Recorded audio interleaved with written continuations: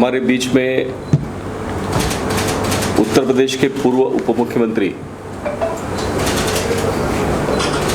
राज्यसभा सांसद और लोकसभा चुनाव में महाराष्ट्र के प्रभारी डॉक्टर दिनेश शर्मा जी आज प्रेस वार्ता के लिए आपके बीच में हैं।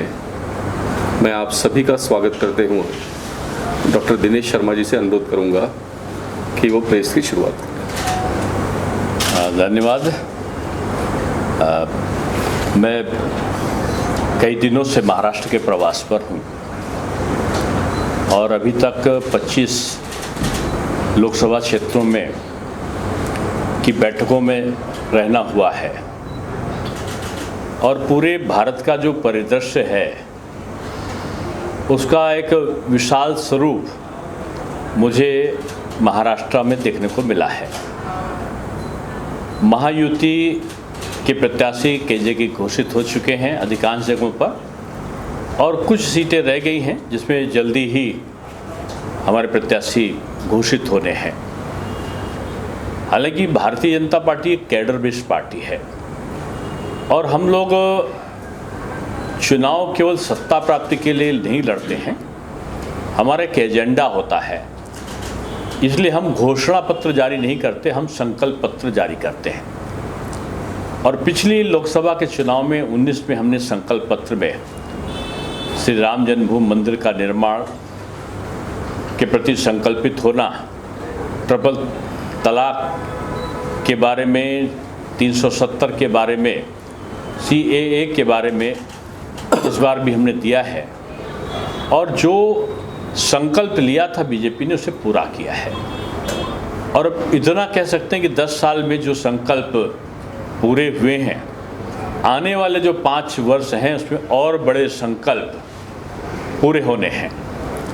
पार्टी ने सभी वृद्धों को जो 70 से ऊपर हैं आयुष्मान कार्ड के अंतर्गत लिया है, फ्री में बिजली मिल सके लोगों को, इसके लिए एक नई प्लानिंग, एक नए नियोजन के साथ पार्टी ने संकल्प लिया है। युवाओं को रोजगार के लिए विभिन्न तरीकों को, चाहे वो निवेश के द्वारा, चाहे मुद्रा लोन के माध्यम से, चाहे उनको विभिन्न प्रकार की जो कौशल विकास की ट्रेनिंग देकर, यानी रोजगार युक्त युवा हो और एक सशक्त महिला या नारी हो और किसान की आय दुगनी हो और इसके साथ साथ जो गरीबी है, 25 करोड़ लोगों को गरीबी की रेखा के ऊपर किया है और अब लक्ष्य है कि भारत से हम गरीबी को मिटा सके, केवल नारा न बने। महाराष्ट्र की स्थितियां अलग हुई हैं और उनका कारण है कि 2019 में उद्धव जी ने अपनी जो उनके पूज्य बाला साहब ठाकरे जी जो नीति और जो संकल्प लिए थे उसको तिलांजलि देके उन्होंने कांग्रेस का चोला पहन लिया और रामनामी और सनातनी चोला कहाँ चला गया उसे आज भी शिवसेना उद्धव गुट का कार्यकर्ता ढूंढ रहा है। उनके सांसद सदस्य चले गए, उनके आमदार चले गए और अब उनका जो मूल कार्यकर्ता और मतदाता था वो आज बीजेपी के कार्यों के कारण, क्योंकि बीजेपी ने जो बाला साहब के साथ में मिलके, ठाकरे साहब के साथ में मिलके बीजेपी ने जो काम किया था, उन्हीं कामों को, उन्हीं नियतों को बीजेपी ने नहीं छोड़ा और उनको लेकर आगे चले। और खुशी इस बात की है कि आदरणीय राज ठाकरे साहब ने जो मन से है, उन्होंने मन से भी नरेंद्र मोदी जी को समर्थन दिया है। मैं समझता हूँ कि उद्धव जी को अपने उन परंपराओं को और गौरव को सोचना चाहिए था। राम जी का विरोध करने वाली कांग्रेस के साथ जो राम जन्मभूमि के शिला पूजन के समय लोगों को यहाँ बंद कर दिया गया कि वो उत्सव नहीं मनाएंगे, हनुमान चालीसा करेंगे तो उनकी गिरफ्तारी हो जाएगी, कुछ और विरोध करेंगे तो कंगना रनावत ऐसी महिला का घर गिरा दिया जाएगा। ये एक तानाशाही सरकार चलाई थी और उसका नतीजा यही हुआ कि आज ये सत्ता विहीन हुए हैं और भविष्य में भी सत्ता के दूर दूर तक करीब नहीं होने वाले। बीजेपी का टारगेट है जो महायुति है, हम सब एक साथ मिलकर अपने नीचे के सम्मेलन भी हमने संपादित किए हैं। एक दूसरे के कार्यकर्ताओं का हमारी संचालन समिति में समावेश भी है। यहाँ नेता मिले हैं, दल मिले हैं और दिल भी मिला है। और मैं समझता हूँ कि जो विपक्षी गठबंधन है उसमें हाहाकार है और उनके में शक्ति नहीं है मोदी की ललकार का सामना करने की। अब तो यहाँ पर तमाम प्रकार के घोटाले सामने आए। अब मैं कोई खिचड़ी का या किसी का घोटाले को उल्लेख नहीं करना चाहता हूँ, लेकिन यहाँ गली गली में शोर है। अब आगे मुझे नहीं पता कि क्या है, लेकिन यहाँ शोर है। यहाँ बहुत सारे प्रमुख लोग थे विपक्ष के जिन्होंने अच्छा नहीं किया। हालांकि खिचड़ी जब चूल्हे पर पकती है तो पाचन होता है, स्वास्थ्य के लिए अच्छी होती है।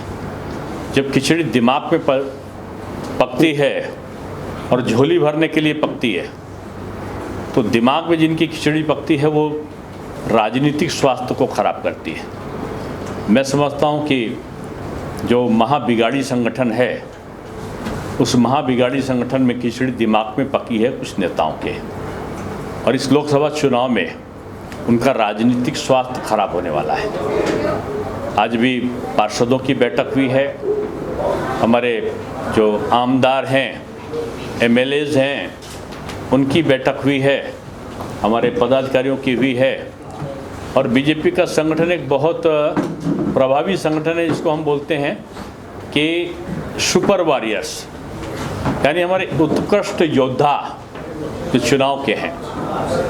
आप कहेंगे प्रत्याशी नहीं, फिर क्या करें? हमारा प्रत्याशी बीजेपी तलाशती नहीं है। बीजेपी का कार्यकर्ता का एक ही प्रत्याशी है, वो है नरेंद्र मोदी। नरेंद्र मोदी जी को सहयोग करने वाले विजयी बने, इस लक्ष्य के साथ बीजेपी काम कर रही है। और मुझको लगता है कि 4800 सीट पे महायुति बड़े एक समन्वय के साथ में चुनावी जीत की तरफ आगे बढ़ रही है। अभी पार्षद गणों को भी जिम्मेदारी बांटी गई है, हमारे सुपर वॉरियर्स को भी जिम्मेदारी बांटी गई है। सभी हमारे पन्ना प्रमुख तक के लोगों को आज कार्यों का विभाजन हुआ है, और मैं कह सकता हूं कि एक बड़ी जीत की तरफ महाराष्ट्र में बीजेपी और उनके मित्र पक्ष बढ़ रहे हैं। मुझे यही कहना था। अगर कोई प्रश्न हो तो ठीक है, तो आपका धन्यवाद। सर, मुंबई समेत और भी मुंबई समेत महाराष्ट्र में अभी कई सीटों पर सहमति नहीं बन पाई, क्या कहना चाहिए? मैंने पहले इस केस को क्लियर कर दिया है बात में। देखिए, बीजेपी में और उनके मित्र पक्ष में सीट की शेयरिंग नहीं, दिल की शेयरिंग भी है, आइडियोलॉजी की शेयरिंग भी है। और हम विवाद में नहीं, हम संवाद के द्वारा अपने गठबंधन को हमने बनाया है। तो ये एक इमैटेरियल सा प्रश्न है। अब क्योंकि अभी तीसरे चौथे चरण, अभी पहले ही चरण कल होगा, तो भी जो बाद के चरण की कुछ सीटें हैं तो जल्दी उनका घोषणा होगा। आज देखिए, आज भी हुआ है 1-2 सीटों का। सर, यहाँ पे शिवसेना शिंदे गुट के रविंद्र वायकर का नाम चर्चा में है, जबकि किरीट सोमय्या ने इनके ऊपर कई सारे भ्रष्टाचार के आरोप किए थे। तो क्या बीजेपी रविंद्र वायकर अगर कैंडिडेट रहे तो समर्थन करेगी? देखिए, अभी प्रत्याशी को घोषित होने दीजिए, पहले मुर्गी आ जाए फिर अंडे को हम बात करेंगे। नहीं सर, उनके ऊपर आप भविष्य की चर्चा क्यों? हम वर्तमान की चर्चा करने के लिए बैठे हैं।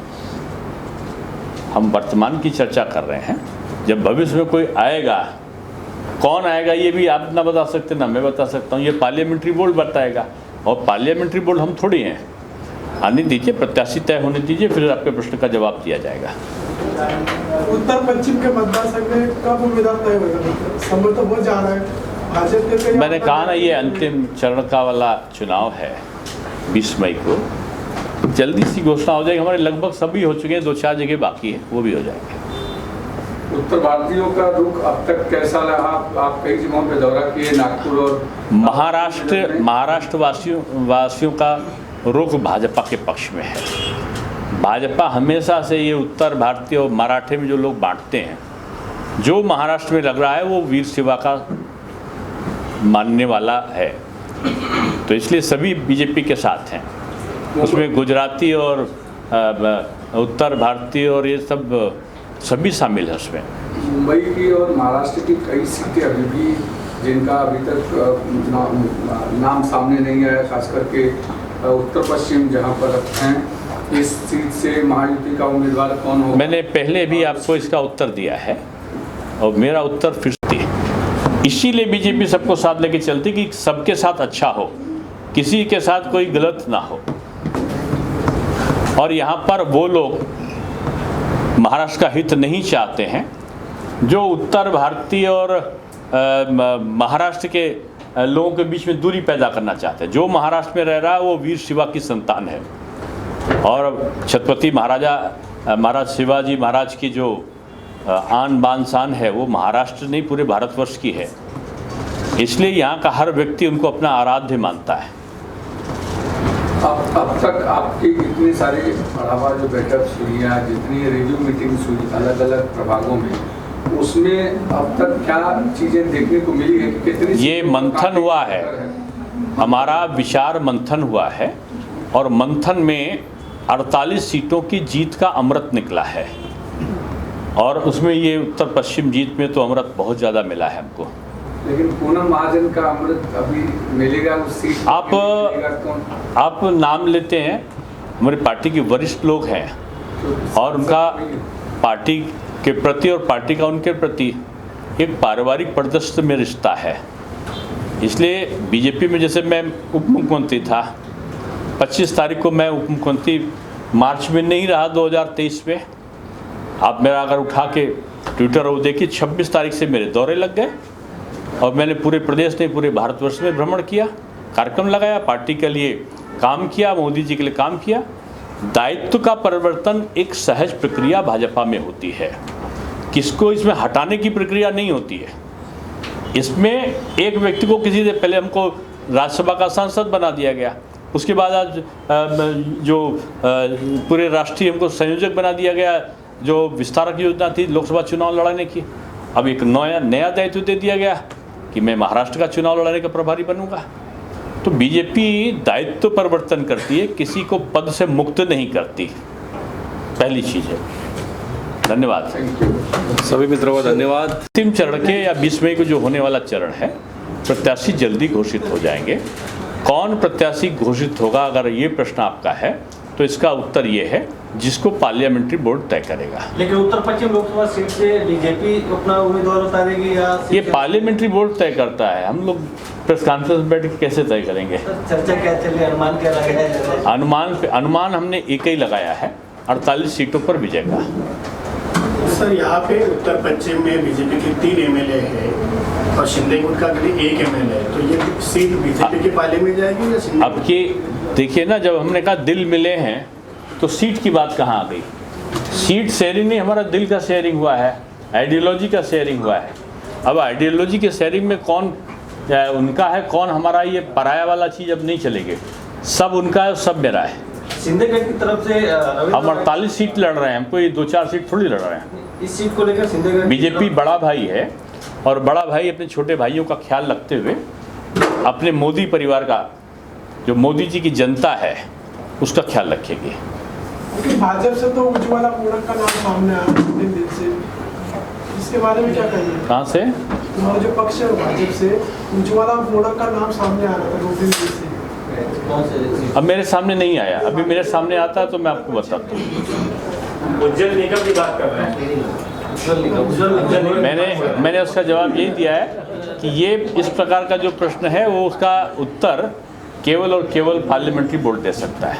आदित्य ठाकरे ने आरोप लगाया कि बीजेपी के पास उम्मीदवार नहीं है, इसके लिए यहाँ पे अभी तक उम्मीदवार नहीं। अब शिवसेना उद्धव जी के पास तो एक ही उम्मीदवार है, वो है अपने पुत्र रत्न आदरणीय आदित्य जी।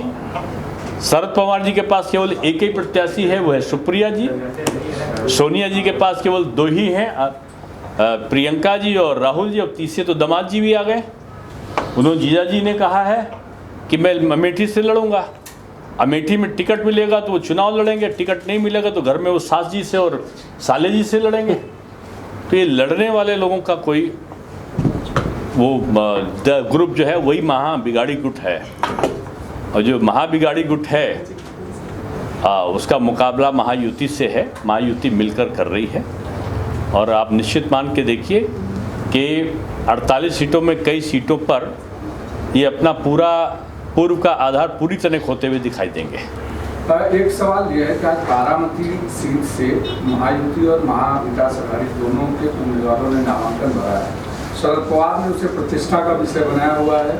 बीजेपी किस तरीके से उस सीट को देख रही है, क्योंकि बीजेपी के लिए भी वो एक चुनाव, वहाँ पर महायुति की प्रतिष्ठा स्थापित होगी। परसों मैं बारामती था और दिन भर मैंने वहाँ का जो जोश देखा है कार्यकर्ताओं में, तो मैं इस तरह कह सकता हूँ कि महायुति अब तक लीड के मामले में लखपति बन चुकी है, यानी 1 लाख से ऊपर की लीड उसकी पहुँच चुकी है। जैसे जैसे चुनाव आएगा महायुति की प्रतिष्ठा बचेगी, और महाबिगाड़ी ने जो बिगाड़ा है घर भी और दल भी, तो जनता उसको जवाब देगी। धन्यवाद। सर, बीजेपी के जो पारंपरिक मतदाता हैं उत्तर भारतीय, और इस गर्मी की छुट्टी में 10 लाख करीबन उत्तर भारतीय अपने गाँव चले जाएंगे, तो इस वोट की कैसी पूर्ति होगी? आपने कैसे मान लिया? बीजेपी का पूरा महाराष्ट्रियन हमारा मतदाता है, और उत्तर भारतीय बड़ा समझदार है। अब उसका घर यही है, वो गांव में चिंता करेगा, लेकिन घर तो उसका महाराष्ट्र ही है। जी सर, वो वोट कम होंगे सर, कम बोलेगा? नहीं कम होंगे, बहुत समझदार लोग हैं।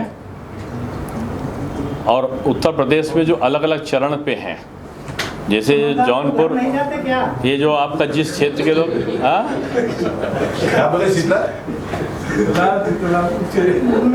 क्वेश्चन किए कि छुट्टी का मौसम आने वाला हो रहा है, ज़्यादातर उत्तर भारतीय मतदाता गाँव जाएंगे, तो सर ने बोला कि बीजेपी मतलब उत्तर भारतीय मतदाता समझदार हैं। अरे वो यहाँ पे वोटर बन चुके हैं, यहीं वोटर देंगे, अब गांव में वोटर नहीं है। ये पूर्व जन्म की बात बता रहे हैं आप। अब वर्तमान समय में कोरोना के बाद योगी जी ने तमाम लोगों का रजिस्ट्रेशन वहीं कर लिया, जो वहाँ के रहने वाले थे ज़्यादातर वहीं अब रह गए, वहीं रोजगार मिल गया उनको, और जो यहाँ रह रहे हैं उनके वोटर यहाँ पर हैं, वो अपने मत का पहले प्रयोग करते हैं। उत्तर भारतीय गाँव नहीं जाएंगे, मतदान के समय यहीं रहेंगे, मतदान करके गाँव जाएंगे। टिकट नहीं मिल रहा है। राज ठाकरे के बीजेपी में आने से उत्तर भारतीयों में नाराजगी ही कई जगह पे देखी गई है, क्या लगता है? नहीं, राज ठाकरे जी ने अपने मंतव्य को प्रकट किया है, और उनकी पार्टी में भी अगर आप देखो तो उत्तर भारतीय विंग है, और अगर आप एनालिसिस करो, उन्होंने माननीय प्रधानमंत्री जी को जो समर्थन दिया है, उसके पीछे उन्होंने कहा कि बाला साहब ने जिस तरह सनातन की और हिंदुत्व की और भारतीय संस्कृति और परंपराओं के रक्षण किया।